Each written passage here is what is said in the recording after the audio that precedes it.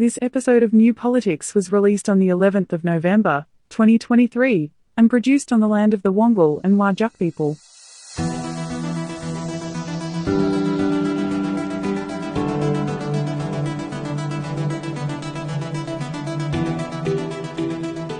Welcome to New Politics. In this episode, success in China for the Prime Minister, but not everyone agrees. Interest rates are up again. The bombing continues in Gaza and is becoming a turning point in international politics. And why is the Prime Minister becoming more unpopular in the opinion polls? I'm Eddie Djokovic, editor of New Politics. I'm David Lewis, in charge of maintenance at Optus. And if you'd like to support New Politics, you can support us through a Patreon subscription, and you can also subscribe on Substack. But whether it's a subscription or whether you just want to listen in, read our material online or buy a t-shirt or buy a book, it's all available at newpolitics.com.au, and all of this is a good way to support independent journalism.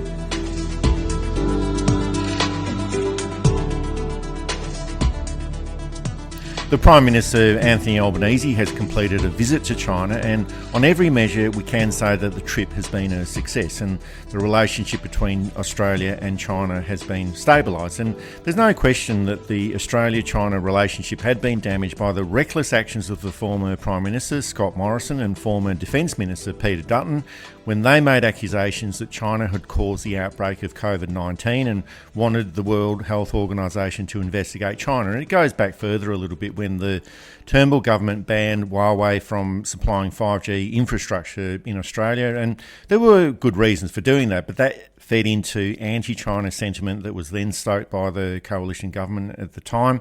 And we've always felt that the Australia-China relationship would be repaired at some point.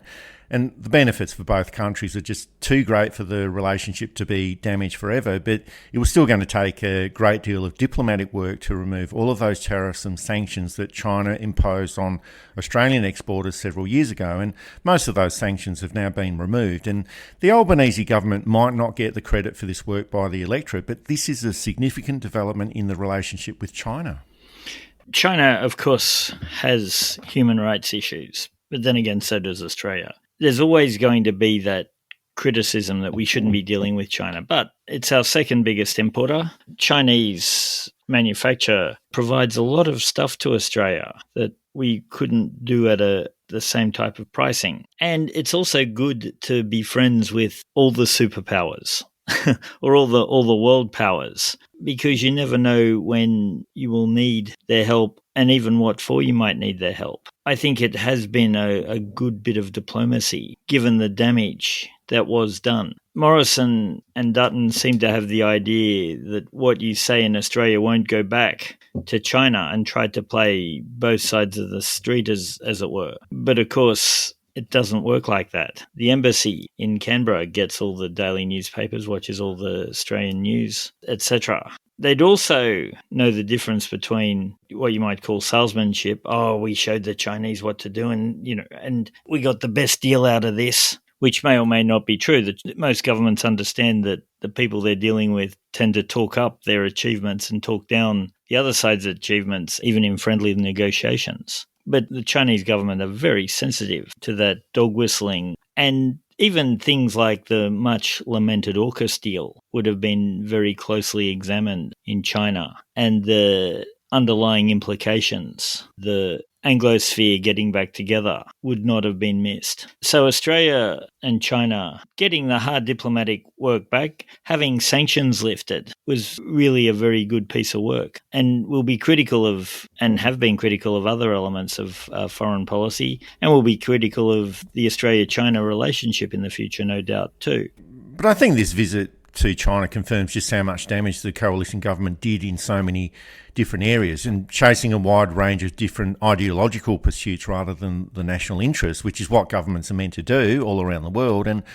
all of their objectives should be in the national interest. And it's hard to see how making those accusations against the Chinese government about causing COVID, or for Peter Dutton to say that Australia has to be prepared for war and meddling in the politics of Taiwan. And these were the actions that resulted in China placing sanctions and trade barriers on Australian producers. It's hard to see how this was in Australia's national interest, and it clearly wasn't. And Those sanctions cost the Australian export market around $20 billion per year, and some of this would have been sorted out by entering other markets around the world, but it was the stupid actions by the Morrison government, and exporters had to pay the price for that. And this current situation, it's not a case where China has become benevolent all of a sudden and wants to do the Labor government a favour.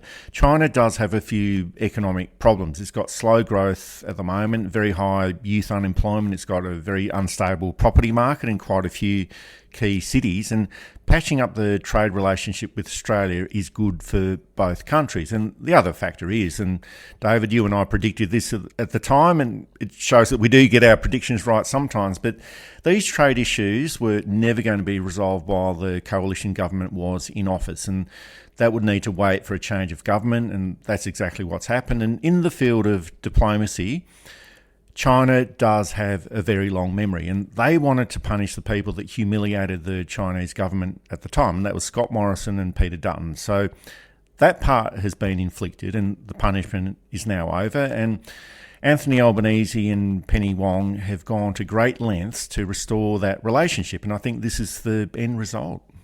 Again, I think the government should get credit for this. It could have gone horribly wrong. While it is an important trade partnership, I think you could argue that Australia needs Chinese trade more than China needs Australian trade. Not that it doesn't need Australian trade, but there are plenty of markets in the world, and there are many people wanting to get in good with China. So it's a feather in the cap to the government. Before 1948, Australia did have a fairly strong relationship with China, even if it wasn't as acknowledged. After the official title, the Glorious Revolution in 47-48, Australia refused to acknowledge China's existence until the Whitlam government, and Whitlam went over as opposition leader. He was ridiculed, and everybody thought, yep, as we all thought, he's a communist, he's just trying to get in good with the communists. Then it turned out that Richard Nixon and Henry Kissinger had been over too and had opened those extremely important diplomatic doors that led to a much different world situation than would have been had they not did that. Suddenly Billy McMahon was made to be seen as foolish and a bit anachronistic, and it wasn't the only factor, and probably not even one of the main factors, but it was a factor in Whitlam winning government in 1972 rather than McMahon winning.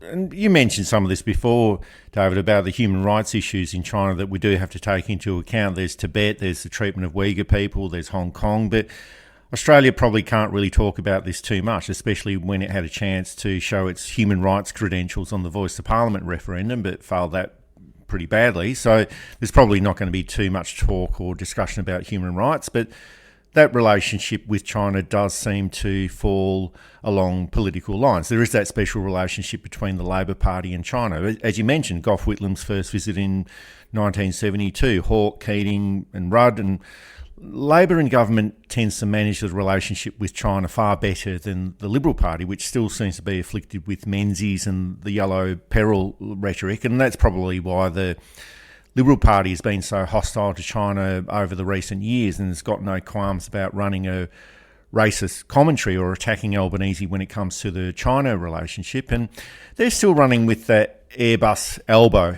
narrative, even though Albanese has actually travelled overseas less than both Tony Abbott and Scott Morrison did within their first 18 months. And we never heard anyone talking about Airbus Abbott or Mobile Morrison at the time. So all this Airbus elbow is childish rhetoric and student politics behaviour to show that the Liberal Party has really got nothing else to offer. And they're rubbishing Albanese for not solving these problems quickly enough, or that there's still a few remaining products like lobster or wine, even though the wine tariff has more or less been cleared up. And the big thing that the Liberal Party is forgetting about is that they were the ones who caused all the problems when they were in government. It was Scott Morrison and Peter Dutton, and it's a bit like arsonists turning up to a fire that they've started and harassing the fire engines for not putting out the fire quickly enough. And as far as I'm concerned, it's all really pretty poor politics. It's a mad brand of politics, and we can't really expect anything different from the current Liberal Party, but it's just a very frustrating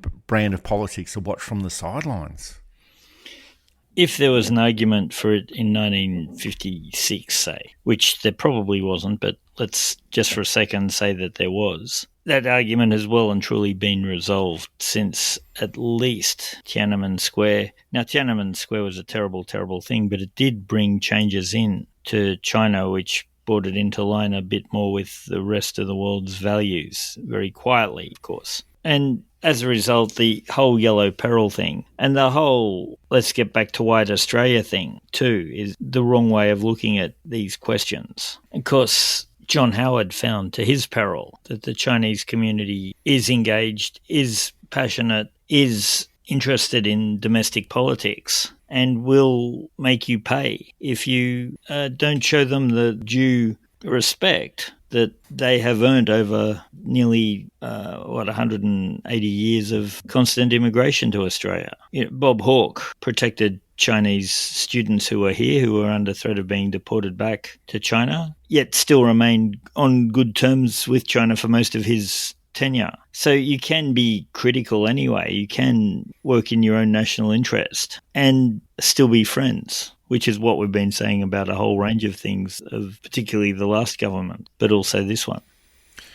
And then there's the behaviour of the mainstream media, and a few of our audience members are saying that we complain a little bit too much about the media, but David, there's just so much material to work with there, so we're just going to keep going on with this. And there seems to be a collective amnesia within the media, and there's only been a few reports out there that have suggested that most of this work is being done with the China-Australia relationship to undo the damage caused by Scott Morrison and Peter Dutton when they were in government. And for the rest of the media, it's almost like these problems just appeared out of thin air, and some of the media framing has been made to appear that it was actually Albanese who's caused all the problems, and of course it's up to him to then solve the problems. And the media narratives about Albanese's trip to China were framed from the coalition perspective, and the ABC reporting that the coalition has set a very high bar for the government with their expectations on this China visit. And I don't really care what the coalition thinks. They're not the government. I'll care about what they think when they return to government and not a moment before. And Seven West Media and the ABC seem to coordinate their media frame-up, and both of their journalists were asking Anthony Albanese whether he trusts the Chinese President Xi Jinping. Are you convinced that you can trust President Xi? I'm convinced that we're building a relationship that's constructive, one where we're able to talk with each other directly. And in the discussions that I have had with him, the formal discussion, but the other discussions as well, they have been positive and respectful. Just further to Mark's question, trust. Do you trust him? Well, we have different political systems, but the engagement that I've had with China, with President Xi, have been positive. They have been constructive. He has never said anything to me that has not been done. And that's a positive way that you have to start off dealing with people. And it was a stupid question to ask when you're being hosted in another country. And because Albanese didn't give them a yes-no answer, the media framing then became Albanese falls short of trusting Xi Jinping, or Albanese doesn't confirm that he trusts Xi Jinping. And this became the narrative at the ABC, News Corporation, Seven West Media and Nine Media. And it's just terrible conflict-based clickbait journalism of the worst kind. And fair enough, the media should ask these sorts of questions. There's absolutely no problem about that. But if journalists are not getting the answers that they're looking for, well, they shouldn't be putting the words in the mouth of a political leader. And if the media really wanted conflict-based journalism, well, why don't they direct their microphones towards Peter Dutton and ask him about how he damaged the Australia-China relationship, and asking him what he's going to do to make sure that that never happens again. Go and ask him why he thought that preparing for war with China was a good thing to say back then, or ask him why he accused China of deliberately creating the coronavirus. Now, the media could totally destroy Peter Dutton, and I'm not suggesting that they do this by following a political agenda or anything like that, but just by following the basic tenets of journalism. But they're not going to do that. It's just a lot easier for them to produce negative headlines for the Prime Minister over what is essentially a good news story for Australian producers and the Australian economy. Tony Abbott said that the ABC should basically support the team and not ask hard questions, particularly hard diplomatic questions, which seemed to me to be asking the media to just be propaganda pieces. There is a sense, though, that you need to be sensitive when you're in another country to ask point blank, do you trust President Xi? What was Anthony Albanese going to say? He's either going to say, yes, of course I do, or he's going to say no. And in fact, he went through as to why Xi is more trustworthy than not. And of course, no government is completely trustworthy. Oh, sure. I think he said yes without actually saying yes. Yeah. And as far as I'm aware, Xi is a relatively trustworthy, given all the caveats for any politician. And so any deal made won't be reneged upon. Any contract signed will be honoured, which we can't say for other prime ministers where contracts weren't honoured, and where another world leader, President Macron, was asked, do you think Scott Morrison is a liar? And he replied very famously, I don't think, I know. Whether they were looking for a line like that for Anthony Albanese, they were never going to get it. And yeah, the damage done by particularly the Morrison government, but also the Abbott government, has been immense. And that it's starting to be fixed now, again, shows probably the level of work that has needed to be done in a relatively short time. You're listening to New Politics. You can subscribe to us on Apple or Google Podcasts, listen through Spotify, YouTube, SoundCloud and Amazon Music. Or you can find us at newpolitics.com.au, and you can now support New Politics through Substack and Patreon.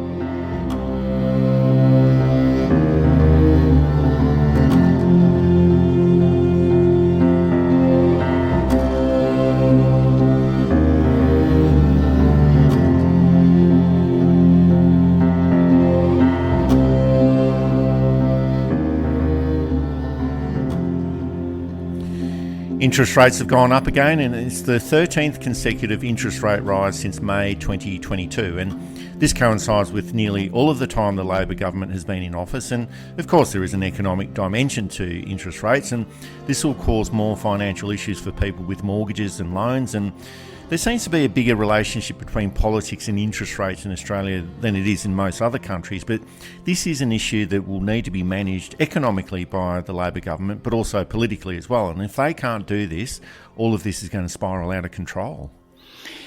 Again, it's another disastrous operation by the last Liberal Party. And before the right-wing trolls come in and say, oh, you blame everything on the Liberal Party, well, there's a lot to blame on them. But having Philip Lowe as chairman of the Reserve Bank board was disastrous. Now, he's gone, but we're still feeling the fallout from his disastrous tenure. We've got the same board anyway, and their only strategy is to raise or lower interest rates, which is proving to be a very poor strategy, particularly as it tends to hit the poor. Now, they might like that. We've got these massive tax cuts that we can't afford coming in. If I was Jim Chalmers, I'd certainly be looking at ameliorating those in some kind of way, preferably by scrapping them altogether. But if not by scrapping them altogether, by offsetting some other losses or by cutting the rate that is being taxed significantly, or delaying them another 2 years, putting them after the next election. It's a difficult thing. The Reserve Bank is independent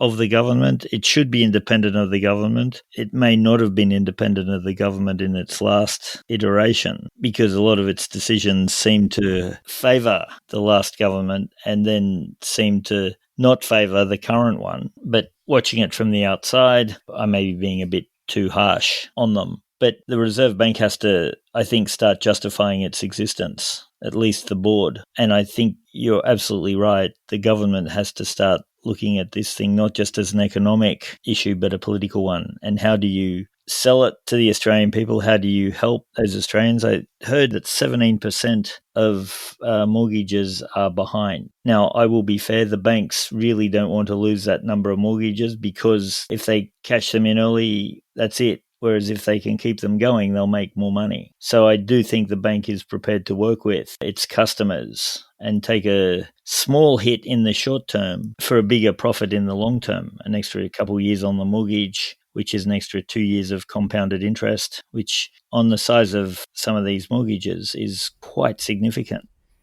And how the Labor government manages this politically, I think, will define the next election. Of course, there's a whole lot of other issues that come into effect as well. But the official cash rate in May 2022 was 0.35%, and today it's 4.35%. And interest rates, in my opinion, are neither high or low. They just need to be appropriate for whatever's happening in the economy. And the Reserve Bank has decided that it's more important to contain inflation, which is coming down, but it's still a little bit too high. But that's still cold comfort for the people who have got highly geared mortgages. And these small changes to the interest rate cause havoc for household budgets. And if only they didn't listen to Philip Lowe when he said that interest rates wouldn't rise until 2024. And governments need believable reasons for high interest rates as well. And for a while, inflation, higher interest rates were being blamed on the war in Ukraine. And that was part of the picture, but not the full picture. But for the electorate, they could make that correlation between the war in Ukraine and inflation. But the war in Ukraine isn't in the spotlight like it used to be. And in any case,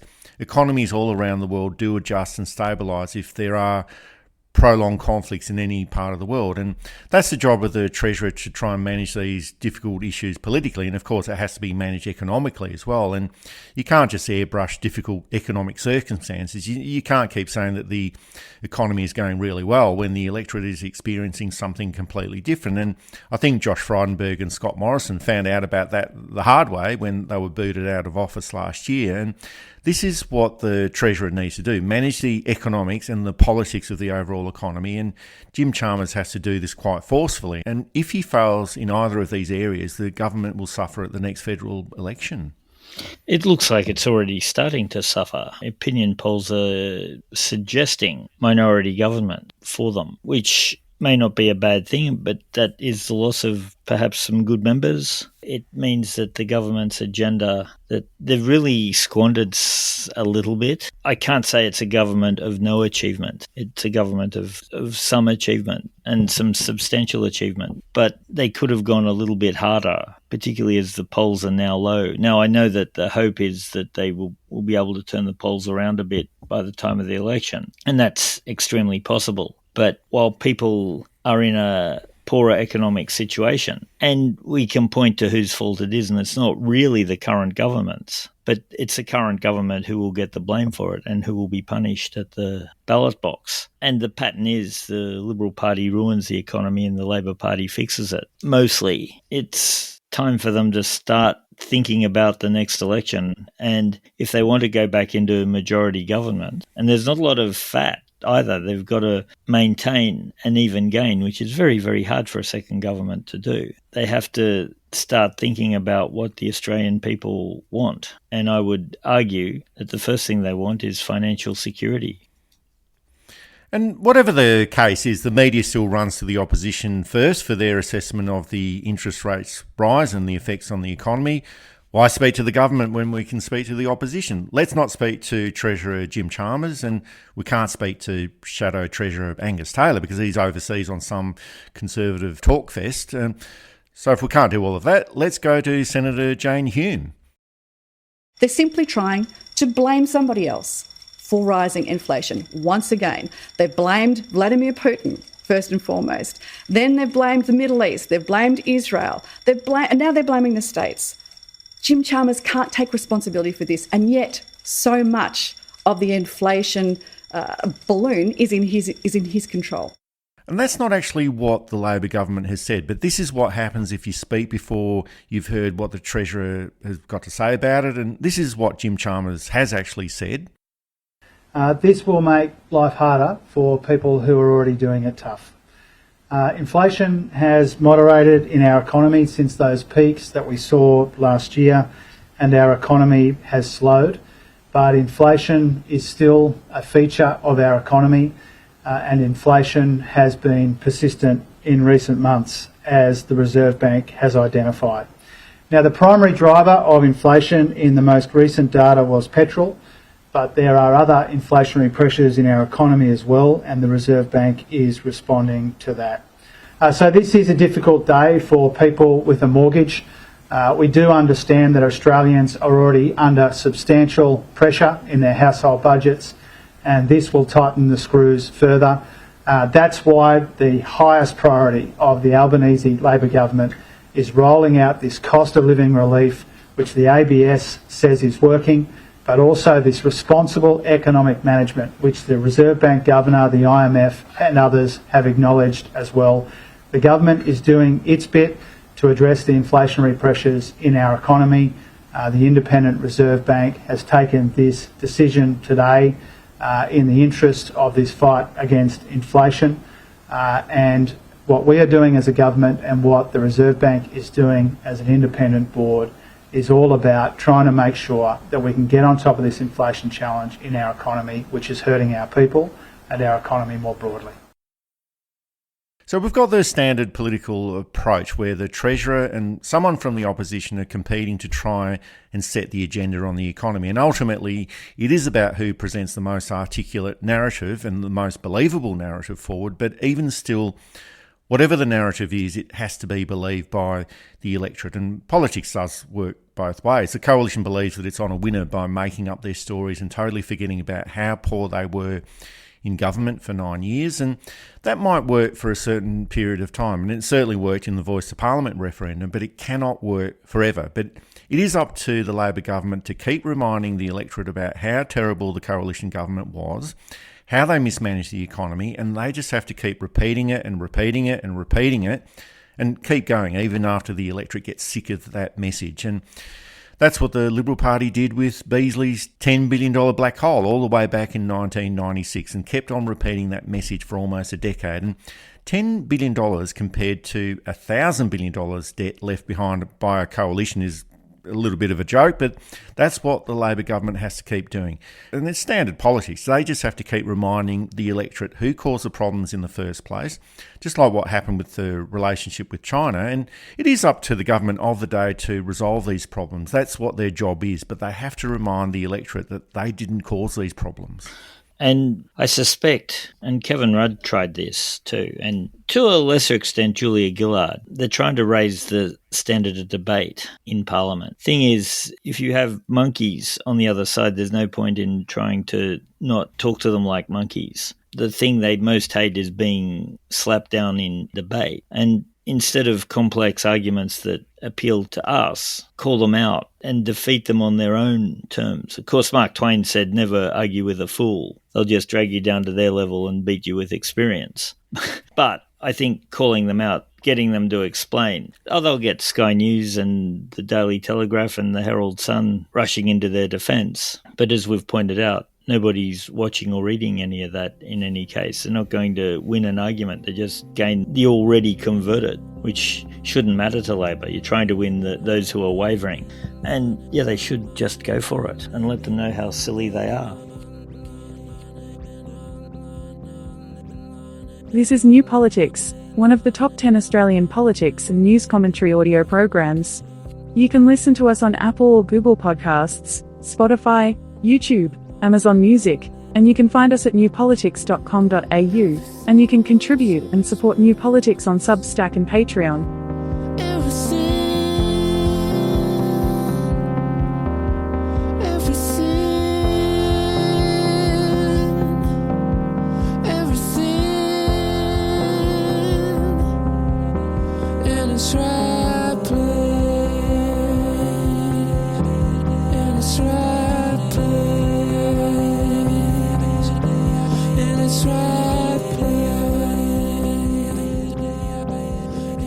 And the Gaza bombings by the Israeli military are continuing, and this is causing more outrage around the world. The number of Palestinians killed has gone well over 10,000, and there's more targeting of civilians and key infrastructure. The Secretary-General of the United Nations, Antonio Guterres, has said that Gaza has become a graveyard for children, and it's hard to disagree with this. Well over 4,000 children have been killed, but all of this cannot go for too much longer. There's more international pressure being placed on the Israel government. It's a humanitarian crisis that has almost reached the point of no return, and there needs to be a resolution to this very urgently.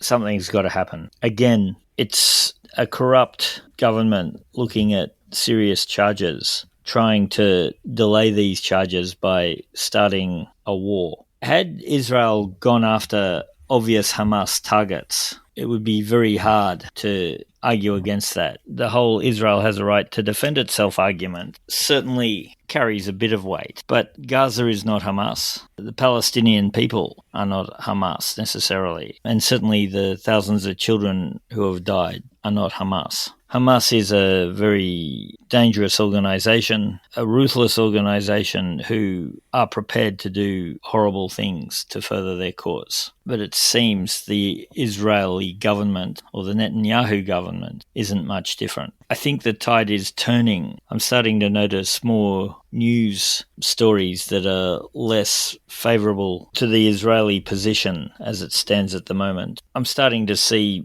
more mainstream media look at the everyday Palestinian. Things are starting to turn. The Australian Greens, of course, walked out of the Senate this week. That was a surprisingly effective way of winning the argument. It shows that the Greens do care about human lives. It shows that the Greens do have principles, at least to their supporters. And it might be the shot in the arm that the Greens needed after a disastrous few months of a mixture of bad luck, poor management and inexperience. And yeah, the LNP is pro-Israel and don't really want to annoy the Israeli government. ALP is torn. There are some very anti-Israel members who want to see the Israeli state dismantled. There are some pro-Israeli members who have worked very closely with the Israeli state, even if they don't like the Netanyahu government. So Labor's in a difficult position, as it often finds itself. Oh, no, as you mentioned, David, the Australian Greens did lead a walkout from the chambers, and here's Senator Mehreen Faruqi speaking during the week.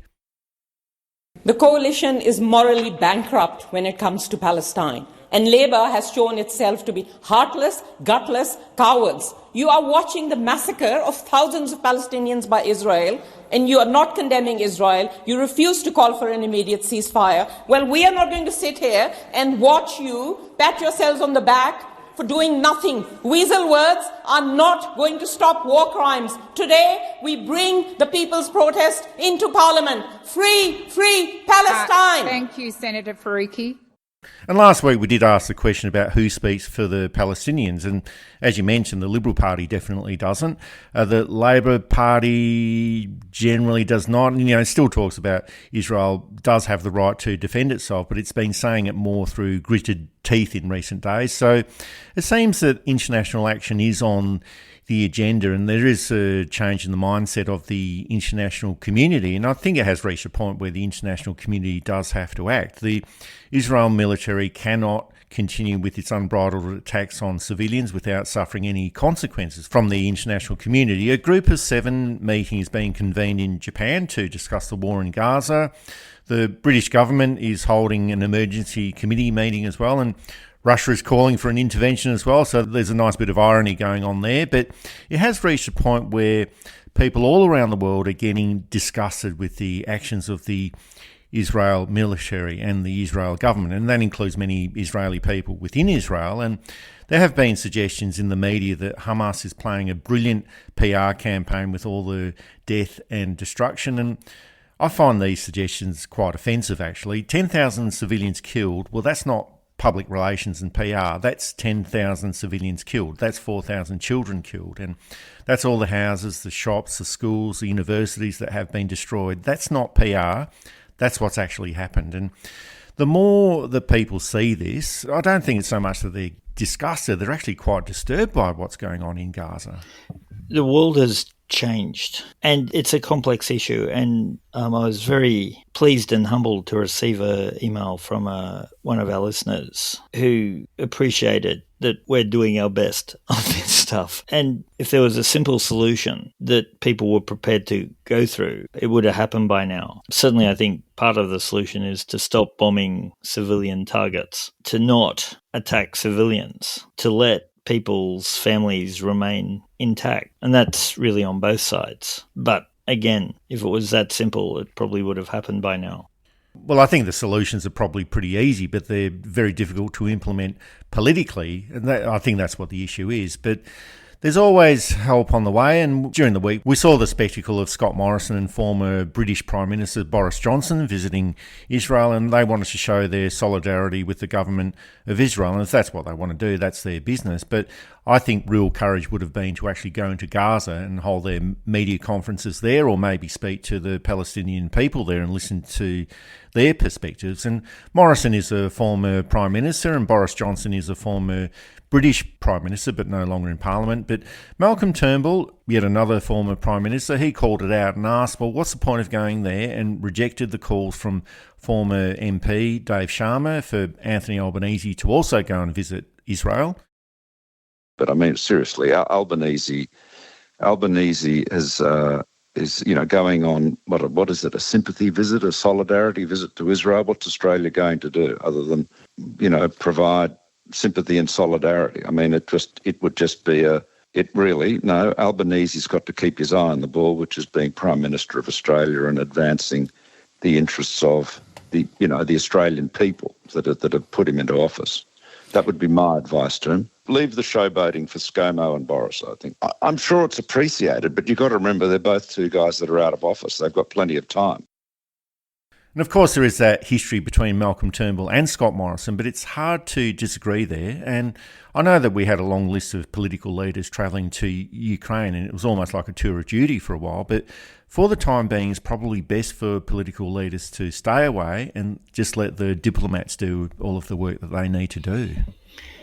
Malcolm Turnbull, of course, had a very close relationship with Benjamin Netanyahu while he was Prime Minister, so he may be compromised a bit there, but he was right in that what can the Australian Prime Minister do? I'm sure both sides were shaking in their boots when Scott Morrison turned up as a backbencher. They're probably thinking, how many ministries has he appointed himself to? Both head of Hamas and head of Israeli intelligence. It looked ridiculous. And he doesn't go to Gaza, which Malcolm Turnbull said would have been the brave thing. He goes to Israel, hundreds of miles away from the action. Boris Johnson has even less authority, I guess is the word. Scott Morrison has none as a member of the Australian Parliament. There's probably a little bit there, but he can't make any decisions, he can't make any deals, he can't do anything. And the other thing too, Scott Morrison was the Prime Minister who decided to not acknowledge Tel Aviv as the capital of Israel, but West Jerusalem, which very few other countries did, and Israel did not move its administrative offices from Tel Aviv to West Jerusalem. So that's how much that was. It was a bizarre and ridiculous situation to have these two nobodies turn up. And of course, what I think it is about is them trying to get back to the leadership of their respective parties. Now, with Boris, it's a bit harder because he's got to be found a seat he can win, which may not prove to be very feasible at all, unless they put him into the House of Lords and he becomes Prime Minister from the House of Lords, which is not really possible. Morrison is seemingly actively looking to return to the leadership of the Liberal Party. I saw a headline, Andrew Bolt, saying that Scott Morrison should return. He's the only man who can save the Liberal Party at this point. I don't know if he saw the last electoral campaign, but if Scott Morrison's your only hope, it's time to abandon that and cave hic dragones, etc. So yeah, I think both men are trying to revive their pretty much dead political careers. I don't know it'll work, but I'm not going to say that it won't, because stranger things have happened, namely both men being Prime Minister in the first place.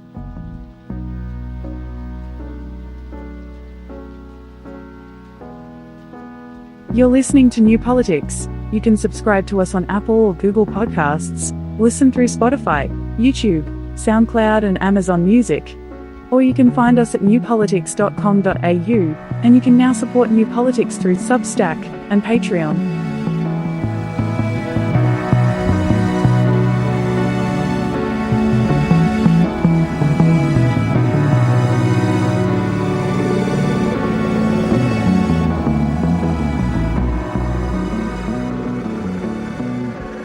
And the latest news poll has the Labor government still ahead at 52% of the two-party preferred vote and the Liberal National Coalition at 48%, and that's narrowed over the past few months, but it's still an election-winning lead for the government. And we did discuss this issue several months ago, but Anthony Albanese has got a high disapproval rating, and at the moment 42% of people are satisfied with his performance as Prime Minister and 52% dissatisfied, and that's a net approval rate of -10, which is not far behind Peter Dutton's net approval rating of -13. And it has always been the case that unpopular leaders can still be elected as long as their opponent is even more unpopular. But based on these figures, Albanese is almost as unpopular as Peter Dutton, and these are the sort of figures that political parties start to take notice of. It is in the middle of this parliamentary term, and first-term leaders tend to have a severe dip this part of the electoral cycle, but it also gives a political party an indication that things have to change and change quite quickly.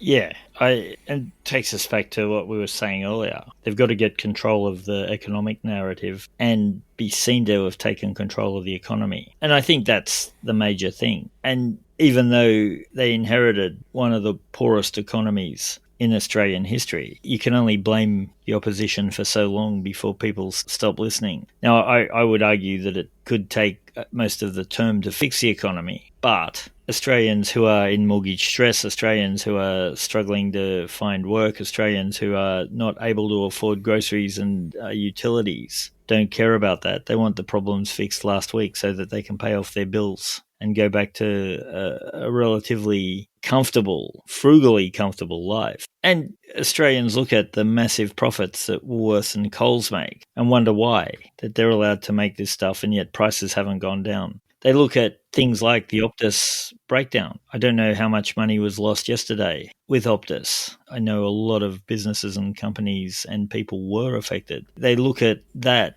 And even though it's got nothing really to do with the government, the Minister for Communications will have to weigh into this at some point and talk about it. I don't think the Liberal Party can win the next election. I'm not even sure they'll get any seats. They might get a few out of Melbourne and out of Sydney seats, but I'm not even sure they will. It's going to depend on the competence, I guess, of the Labor campaign. But Labor doesn't want to be put into a position where they have to work harder for less results, which is what looks like it's going to happen. If the Teals start running in safe Labor seats, and I know the Teals aren't a party, but if we start to get strong independence in safe Labor seats, we may find that we're in minority government. I've said before, I don't think this is a bad thing, but I wouldn't want to be the Prime Minister or the Cabinet who put Australia into permanent minority government.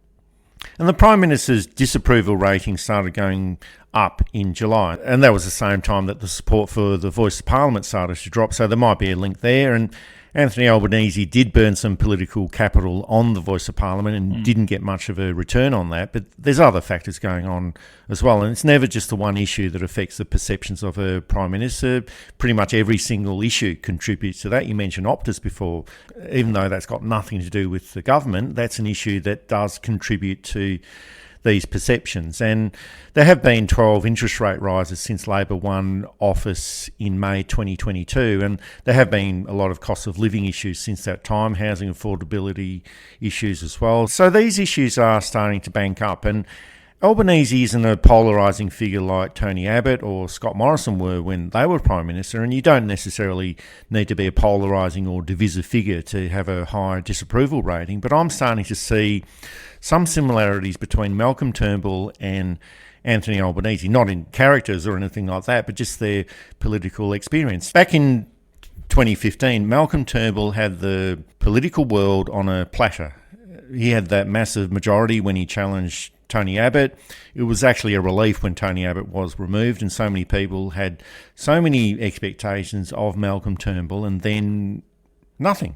He just meandered for a little while. He almost lost the 2016 election, lost a lot of his political authority, and he was hamstrung after that. He kept on meandering until he was challenged by Scott Morrison in 2017. And there are similarities with Anthony Albanese. There was quite a big relief when Scott Morrison was removed from office, and a great deal of optimism for a new direction of government. And I don't think Anthony Albanese has really been meandering. The new Labor government has achieved quite a lot since it came into office, but it might be a similar situation to Malcolm Turnbull. People didn't really know what to expect from Malcolm Turnbull, but whatever they got wasn't what they expected, if that makes sense, and they just wanted a lot more. And it might be a similar situation here as well. The electorate wants to see more courage. They might not be able to articulate that, but they do want to see something different. And it could be that. It could be all the negative portrayals of Anthony Albanese by the media and by the Liberal Party that are starting to bite. It might be a combination of all of these different things. And I don't think it's a terminal situation at the moment. And the good thing for the Prime Minister is that it's coming up towards the end of the year. It's time for a reset. He might even be thinking of a cabinet reshuffle. There might be a lot of different things that he's thinking about, but having that time for a reset at this time is probably the biggest advantage that Anthony Albanese has got at the moment. There's a couple of ministers who haven't performed as well as other ministers, I think. And to shuffle them aside or even back to the backbench for a while might help things. And I won't go any further there. We've discussed some of these ministers. I think the other difference between Malcolm Turnbull, I'm just going to footnote here that, of course, Paul Keating compared him to the bunger on Firecracker Night. There's a bit of fizz and pop and then nothing. And basically he gained the nickname Fizzer, whether rightly or wrongly. It was one of those things that stuck. The other thing too is that he had a pretty feral party who, many of whom were putting it out that he was a communist, that he was some kind of plant, that he wasn't a real liberal, that refused him any concessions on any policy he wanted to put in, that destabilised him. Anthony Albanese hasn't had that, which is a good thing, helps for stable government, helps for some of the achievements that they've managed to get through. But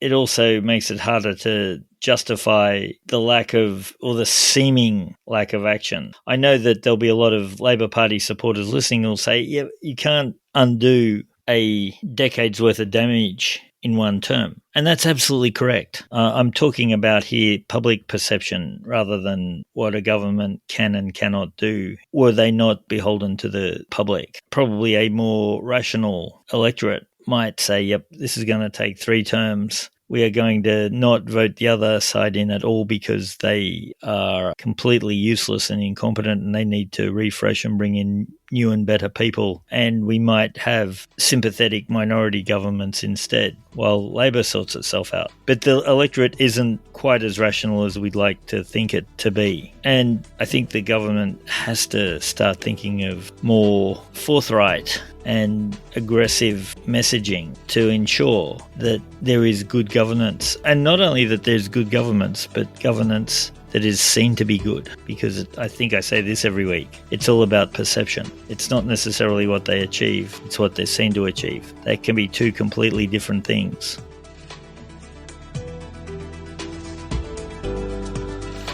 That's it for this episode of New Politics. Thanks for listening in. And if you'd like to support our style of journalism and commentary, please make a donation at our website at newpolitics.com.au. We don't beg, plead, beseech or gaslight you about journalism coming to an end.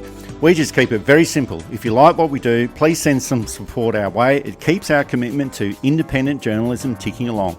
I'm Eddie Djokovic. Thanks for listening in, and it's goodbye to our listeners. I'm David Lewis. We'll see you next time.